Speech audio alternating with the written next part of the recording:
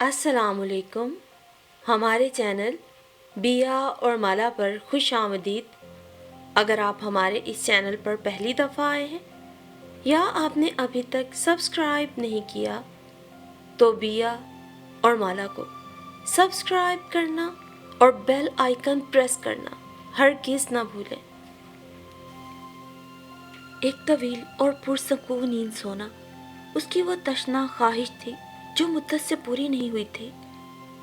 3 ماموں ممانیاں، ان کے ڈھیروں فرزندان اور دختران کے علاوہ خود وہ اور اس کی عزیز جان والدہ ماجدہ، یہ تمام افراد اس بڑے سے مکان کے مستقل مکین تھے جو اب کثرت آبادی کے باعث کچھ چھوٹا محسوس ہونے لگا تھا. اتنے زیادہ افراد والے گھر میں رباب کو پرسکون نیند سونے کے لیے نہ تو پرسکون گوشہ میسر آتا اور نہ ہی کبھی اتنی فرصت ملتی تھی کہ وہ لمبی تان کے سوئے جیسے ممانیاں اور ان کی بیٹیاں سویا کرتی تھیں. تینوں ممانیاں کوئی ظالم قسم کی خواتین نہیں تھیں کہ وہ بیوہ نند اور اکلوتی بھانجی کے ساتھ کوئی روک ٹوک والا رویہ اپناتی، اور نہ ہی ان کے بچے بے حس تھے جو اپنی بے ضرر سی کزن کے ساتھ کوئی امتیازی سلوک روا رکھتے. وہ لوگ فطرتاً من موجی اور لاابالی طبیعت کے مالک تھے. کوئی چیز جہاں پڑی ہے اگلے 2 دن تک بھی وہیں پڑی رہ سکتی ہے اگر رباب بی بی کا وجود گھر میں نہ ہو. دراصل رباب کی تربیت اس کی امی نے کی تھی اور امی کی تربیت یقیناً نانی جان کے ہاتھوں سر انجام پائی تھی. بقول امی، نانی جان کے دنوں میں تو پورا گھر لشکارے مارتا تھا.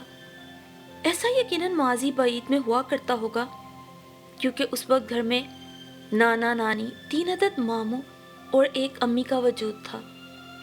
پھر آہستہ آہستہ ممانیاں آتی گئیں، پھر ان کے بعد ان کے بچوں کی یکے بعد دیگرے آمد شروع ہو گئی. یوں شخص واحد کے کنٹرول سے نکل کے گھر میں جگہ جگہ جمہوریت کی چھاپ لگی نظر آنے لگی. ہر کوئی اپنے آپ کو ایک الگ فرد اور گھرانہ سمجھنے لگا. یہ کوئی اچنبے کی بات نہیں. یہ رویہ جوائنٹ فیملی سسٹم میں بڑا مفید ثابت ہوتا ہے. اس مکان کے اتنے ڈھیر سارے مکینوں میں بھی ابھی تک اتحاد و اتفاق قائم تھا تو اس کی بڑی وجہ یہی شخصی آزادی تھی، اور یہی شخصی آزادی رباب کو بھی میسر تھی. اسے صفائی ستھرائی کا خبط تھا تو کالج سے جانے سے پہلے اور کالج سے آنے کے بعد سارا وقت اسی ایک مشغلے کی نظر ہو جایا کرتا. گندے کچن کو دیکھ کر اسے گھبراہٹ ہو جایا کرتی تھی. اب اگر وہ کچن میں نہ جھانکے تو اور بات، لیکن اگر کبھی کسی چھوٹے سے کام کے لیے بھی کچن کا رخ کرتی تو اس کی واپسی پر کچن لشکارے مارتا نظر آتا تھا. رات کو اکثر کچن سمیٹنے کی وجہ سے ہی اسے سونے میں دیر ہو جایا کرتی تھی، اور صبح جلدی اٹھنا اس کے لیے ویسے بھی ضروری تھا کہ دیر تک سونا امی کو پسند نہیں تھا. دوپہر کو سونے کا موقع کبھی کبھار تو اسے مل جاتا، لیکن ادھوری اور نامکمل نیند سے اس کی طلب کچھ اور بڑھ جاتی. وہ الوینا اور مارو وغیرہ کے ساتھ کمرہ شیئر کیا کرتی تھی. اب 11 بجے سو کر اٹھنے والوں کے لیے دوپہر میں سونا کیا معنی، سو وہ عین دوپہر کو اپنے مشاغل میں مصروف رہتی. ہوتا ہے ایسے ہی جوائنٹ فیملی سسٹم میں ہر بندے کی اپنی ترجیحات، سونے جاگنے کا وقت ہوا کرتا ہے. ظاہر ہے جب انسان کی نیند پوری ہو تبھی اسے دوسرے کام سوچتے ہیں نا. ایسے میں اس کی کزنز کے لیے دن کا مقصد اپنے پہ توجہ دینا اور اپنے دیگر مشاغل پورے کرنا تھا، جبکہ اس کے لیے کچھ اور. کوئی منہ پہ ماسک لگائے کسی بیوٹی ٹپ پہ عمل کر رہی ہے تو کوئی ہلکے سروں میں موسیقی سے لطف اٹھا رہا ہے.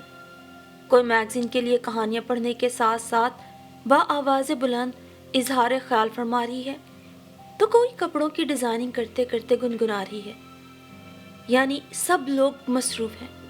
ایسے میں رباب دیر تک کروٹیں بدلتے رہنے کے بعد بالآخر اٹھ ہی بیٹھتی.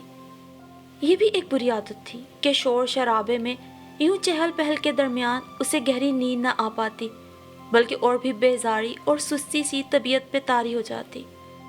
پتہ نہیں بچپن سے اس ماحول میں رہنے کے باوجود وہ اس ماحول سے مطابقت کیوں نہ اختیار کر پائی تھی؟ کبھی پڑھائی کی مصروفیات بڑھ جاتی، خصوصاً جب پیپرز نزدیک ہوتے، تو کبھی گھر میں مہمانداری کا سلسلہ شروع ہو جاتا۔ اکثر ایسا ہوتا کہ وہ کالج میں ہی سوچ لیتی کہ گھر جا کر صرف اور صرف سونا ہے اور کوئی کام نہیں کرنا، لیکن وائے افسوس، گیٹ پہ ہی پتہ چل جاتا کہ مومانی کی چھوٹی بہن آئی ہوئی ہے۔ اب دونوں بہنیں تو اپنے بڑے سے ایئر کنڈیشنڈ کمرے میں بند ہو کر ایک دوسرے سے دکھ سکھ کہنے میں مشغول ہو جاتی۔ ظاہر ہے جہاں دو تین بہنیں اکٹھی ہو، کئی دکھ سکھ ہوتے ہیں جو کہ بیٹھ کے کیے جاتے ہیں، یہ کوئی ایسی غلط بات بھی نہیں تھی۔ اور چھوٹی کے پانچوں چننے مننے بچے گھر کے کونوں خدروں میں پھیل جاتے۔ ایسے ہی شب و روز پر مشتمل اس کی زندگی گزرتی جا رہی تھی۔ وہ اپنی زندگی سے ناخوش ہرگز نہ تھی۔ بھلے اس کے بچپن میں اس کے والد انتقال کر کے تھے، اس نے یتیمی کی زندگی گزاری تھی، والد کی محبت اور عثمان بھرے رشتے سے وہ محروم تھی، پھر بھی اس کے تینوں ماموں نے جس قدر ہو اس کی خواہشات پوری کی تھیں، اسے اپنی اولاد کی طرح ہی تعلیم کے، خوراک کے اور ایک بہتر زندگی گزارنے کے مواقع دیے تھے۔ یہ الگ بات کہ اس کی کوئی بہت زیادہ خواہشات تھی بھی نہیں، وہ تھوڑی سادہ مزاج قسم کی لڑکی تھی۔ بس شکایت تھی تو صرف یہ کہ پرسکون نیند کے لیے پرسکون گوشہ میسر نہ تھا۔ بہرحال پیوستہ رہ شجر سے امید بہار رکھ کے مصداق اپنی اس بے ضرر سی خواہش سے دستبردار ہونے کو وہ بھی ہرگز تیار نہ تھی۔ لیکن بہرحال آج کل وہ اپنی اس خواہش کو عملی جامہ پہنانے کا پروگرام مستقبل قریب تک کے لیے مؤخر ضرور کر چکی تھی، کیونکہ بی اے کے فائنل ایگزامز تھے اور آگے من پسند مضمون میں داخلے کے لیے اچھے نمبر شرط اول۔ سو وہ بڑی تندہی سے دن رات پڑھائیوں میں جٹی ہوئی تھی۔ رات کو بند ہوتی آنکھوں میں اس کا دل چاہتا ٹام اینڈ جیری کی طرح ماچس کی تیلیاں لگا لگا کے آنکھیں کھولے رکھے۔ ساری رات جاگ کے پڑھنا اس کے لیے مشکل ضرور تھا، لیکن اس دفعہ اس نے پکا سوچ لیا تھا کہ امتحانوں سے فراغت پا کر صرف اور صرف سونا ہے اور کچھ نہیں۔ قسمت بھی اس کا ساتھ دے رہی تھی۔ اور پھر آخر پیپر دے کر جب رباب گھر آئی تو پتہ چلا کہ گھر کی ساری خواتین مشترکہ طور پہ شاپنگ کے لیے نکلی ہوئی ہیں، جبکہ مرد حضرات اپنے اپنے کاموں پر یعنی آفس، اسکول، کالج، یونیورسٹی وغیرہ وغیرہ گئے ہوئے ہیں۔ راوی چین ہی چین لکھ رہا تھا۔ گھر پہنچ کر اس نے سب سے پہلے تو دیر تک شاور لیا، گویا امتحانوں کی ساری تھکاوٹ پانی کے ساتھ بہانے کا ارادہ ہو۔ پھر جلدی جلدی گیلے بال سجھا کے بستر پہ آ گئی۔ ٹھنڈے ٹھنڈے بستر پہ ٹھنڈا ٹھنڈا وجود اور اوپر سے گھرر گھرر چلتا پنکھا۔ آہ، کتنا پرسکون ماحول تھا۔ اس کی آنکھیں آہستہ آہستہ نیند سے بوجھل ہونے لگی۔ اس سے پہلے کہ وہ مکمل غنودگی میں جاتی، ڈور بیل کی تیز چنگھاڑتی ہوئی آواز سے اس کے سارے حواس یکدم جھنجھلا اٹھے۔ نہ جانے کون آیا تھا۔ وہ بمشکل آنکھیں کھولتی، چپلیں پاؤں میں ڈالتے ہوئی باہر نکلی۔ کی ہول سے جھانکا تو ایک سوبر سی خاتون نظر آئی۔ وہ بڑے ماموں کا نام لے کر تصدیق کرنا چاہ رہی تھیں کہ آیا وہ صحیح جگہ پہنچی ہیں یا نہیں۔ رباب نے گیٹ کھول دیا۔ ساتھ ان خاتون کا کوئی بیٹا بھی تھا جو مطلوبہ گھر ملنے پر اب اطمینان سے گاڑی لاک کر رہا تھا۔ وہ انہیں ڈرائنگ روم میں لے کر چلی آئی۔ ویسے اس نے انہیں پہلی دفعہ دیکھا تھا، لیکن جس طریقے سے انہوں نے سب کے نام لیے تھے، رباب یہ تو سمجھ گئی تھی کہ وہ کوئی انجان نہیں ہے۔ وہ کوئی پرانی ملنے والی تھی جو کافی عرصے بعد یہاں آئی تھی۔ اس کا اندازہ اس وقت ہوا جب انہیں نانی جان کی وفات کے بارے میں سن کے شوق لگا۔ نانی جان کے انتقال کو تو 8 سال ہو چکے تھے اور وہ اس وقت رباب سے بڑے نمناک انداز میں تعزیت کر رہی تھی۔ رباب نظریں جھکائے بیٹھی رہی۔ اسے سمجھ میں ہی نہیں آیا کہ وہ جواب میں کیا بولے۔ اس کے بعد ان آنٹی نے ادھر ادھر کی طویل باتیں شروع کر دی۔ رباب بس ہاں میں ان کی باتوں کا جواب دیتی رہی۔ دماغ تو ابھی تک کچھ سویا ہوا تھا۔ درمیان میں اٹھ کے اس نے جلدی جلدی چائے پانی کا بھی بندوبست کر دیا تاکہ جلد از جلد ان لوگوں سے فراغت پا کر ایک دفعہ پھر ٹوٹی نیند کا سلسلہ جوڑے۔ اللہ اللہ کر کے ممانی لوگوں کی واپسی ہوئی اور وہ شکر کا کلمہ پڑھتی مہمانوں کو ان کے حوالے کر کے کمرے میں آ گئی۔ پھر ان لوگوں کے جانے کے بعد ہی معروف نے آ کے اسے اٹھایا تھا۔ عافیہ آنٹی آئی تھی یہ؟ اس نے بہت اہم اطلاع دی۔ ہاں، تعارف کروایا تھا انہوں نے، رباب نے سستی سے پڑے پڑے جواب دیا۔ کینیڈا چلی گئی تھی اپنے بڑے بیٹے کے پاس، اب ان کا چھوٹا بیٹا یہیں سیٹل ہو گیا ہے، اسی کے پاس آئی ہوئی ہیں۔ معروف اس کی کزن کے پاس مکمل معلومات تھیں۔ ہاں، بتا تو رہی تھی کچھ مجھے بھی۔ اف رباب، تم کتنی ڈل ہو، کیسے ان لوگوں کو چھوڑ کر آ کے سو گئی؟ الوینا بھی پیچھے پیچھے بولتی ہوئی آ رہی تھی۔ کیوں، خیر ہے؟ کیا ہوا؟ رباب کو فکر سی ہوئی کہ نہ جانے کیا غلطی ہو گئی۔ یار، اتنی زبردست پرسنالٹی تھی ان کے بیٹے کی، ہم تو سب کی سب امپریس ہو گئی۔ پتہ ہے، ان میرڈ ہے، اپنا کاروبار ہے، کتنا امیر کبیر بندہ، اور تم کیسے سکون سے ان سب کو اگنور کر کے آ کے اپنے بستر میں گھس گئیں۔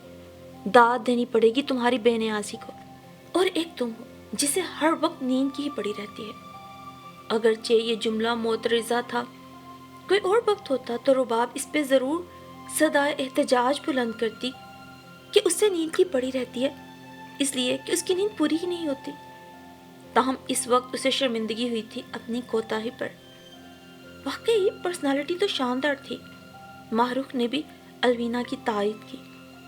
تم سے تو خوب باتیں ہوئی ہوں گی ان لوگوں کی، معروف نے اشتیاق سے پوچھا، تو وہ افسوس سے سر ہلا کے رہ گئی۔ یار، میں نے تو ان لوگوں کو ڈھنگ سے دیکھا بھی نہیں۔ کچھ تو اسے خود اس شاندار سے شخص کو بغور نہ دیکھنے پر افسوس ہو رہا تھا۔ باقی کی کسر گھر والوں نے پوری کر دی، جو ایک تواتر سے اس کی شان میں رطب اللسان تھے۔ خیر، کبھی دوبارہ موقع ملا تو ضرور غور سے دیکھوں گی، آخر ایسی کون سی شاندار پرسنالٹی ہے، اس نے خود کو تسلی دی تھی۔ شاہ میر کو دوبارہ دیکھنے کا موقع تو فی الحال نہیں ملا، آنٹی البتہ چوتھے ہی دن دوبارہ چلی آئیں۔ اس دفعہ آمد کا مقصد خاص الخاص تھا، شاہ میر کا رشتہ لے کے آئی تھی، اور وہ بھی کسی اور کے لیے نہیں بلکہ رباب کے لیے، اور وہ بھی شاہ میر کی اپنی پسند سے۔ جس نے بھی سنا حیران رہ گیا۔ کتنی گھنی ہو تم، کہہ رہی تھی غور سے دیکھا ہی نہیں۔ معروف نے ان کے جاتے ہی اسے چھیڑنا شروع کر دیا۔ الوینا وہ تمام ٹوٹکے جو عرصہ دراز سے خود پہ آزماتی آئی تھی، بضد تھی کہ 2 ماہ کے اندر اندر سارے کے سارے رباب پہ آزمائے گی، کیونکہ آنٹی 2 ماہ بعد شادی کا کہہ گئی تھی۔ اس کے بعد انہوں نے واپس اپنے بڑے بیٹے کے پاس کینیڈا چلے جانا تھا۔ ماموں نے سوچنے کے لیے کچھ وقت مانگا تھا، وہ شاہ میر کی عادات و اطوار کے بارے میں تسلی کرنا چاہتے تھے۔ اطمینان بخش معلومات ملتے ہی ماموں نے ہاں کر دی۔ سبھی خوش تھے سوائے رباب کے۔ رباب اپنی کیفیات کو خود بھی کوئی نام نہیں دے پا رہی تھی۔ شادی کے بارے میں اس نے ابھی سوچا بھی نہیں تھا، ابھی بہت سے خواب تھے جو پورے کرنا تھے۔ اس کی کزنز ہمیشہ اپنے آئیڈیلز کا ذکر کرتی تھیں، اپنے آنے والے رشتوں کے لیے ہر وقت تیار رہتی تھیں، پر رباب کے ذہن میں ابھی دور دور بھی ایسی کوئی سوچ پروان نہیں چڑھی تھی، جس کی خوشی فی الحال حیرانی میں دبی ہوئی تھی اس انہونی پہ، کیونکہ حقیقت تو یہ تھی کہ اپنی خوبصورتی کے باوجود وہ معروف اور الوینا کی موجودگی میں کہیں پس منظر میں ہی چلی جایا کرتی تھی۔ وہ تصور بھی کرنا چاہتی تو شاہ میر کی شکل ذہن میں نہ آتی۔ اسے شدید افسوس ہوتا تھا کہ کاش اس روز ذرا غور سے اس کی طرف بھی دیکھ لیتی۔ اور پھر انہی ہنگامہ خیز دنوں کے بعد بالآخر وہ سہانا دن بھی آن پہنچا جب رباب دلہن بنی شاہ میر کے ہمراہ رخصت ہو کر اس کے گھر آ پہنچی۔ وسیع و عریض کوٹھی کے ایک سجے سمرے کمرے میں اسے لا کر بٹھا دیا گیا۔ وہ تو شرم کے مارے کمرے کو بھی ابھی آنکھیں پھاڑ کے نہیں دیکھ پائی تھی۔ اس نے کہاں ایسے نصیب کا سوچا بھی تھا، جانے ماں کی دعائیں لگ گئی تھی یا کیا، لیکن کم از کم یہ سب کی توقع کے بالکل برخلاف تھا۔ شاہ میر جو اپنا اچھا خاصا کاروبار چلا رہا تھا، پہلی ہی نظر میں اس کا رباب کو پسند کرنا سب کے ساتھ ساتھ رباب کے لیے بھی حیرت کا موجب تھا۔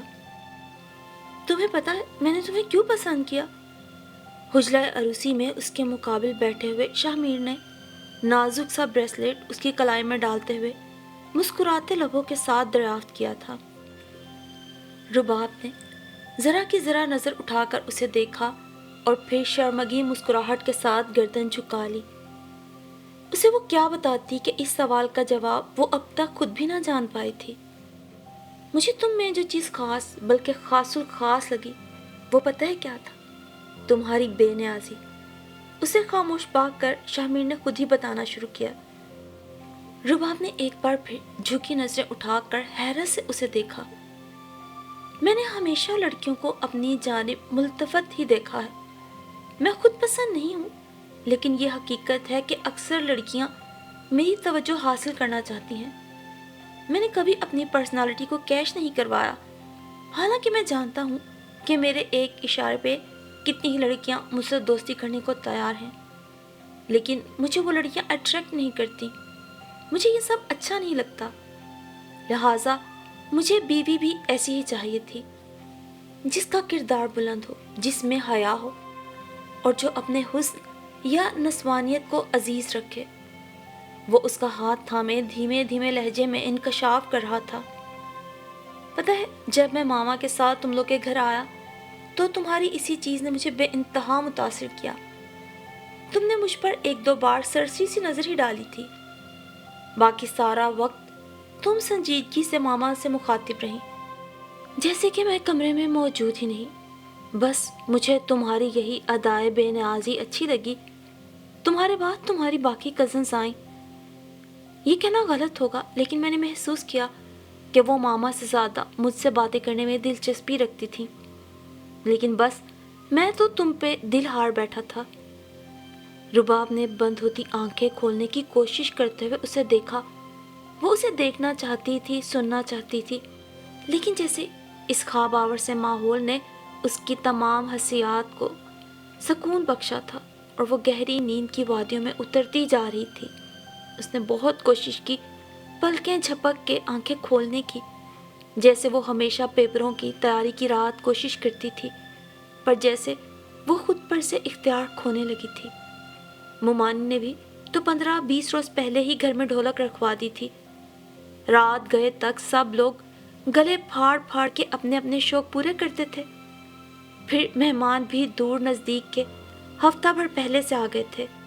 گھر کی پہلی شادی تھی تو سب لوگ بہت زیادہ ایکسائٹڈ تھے۔ 2 راتوں سے تو اس نے پلکیں تک نہ جھپکی تھیں۔ اب اپنے کمرے کا پرسکون اور خوابناک ماحول میسر ہوا تو آنکھیں خود بخود بند ہونے لگیں۔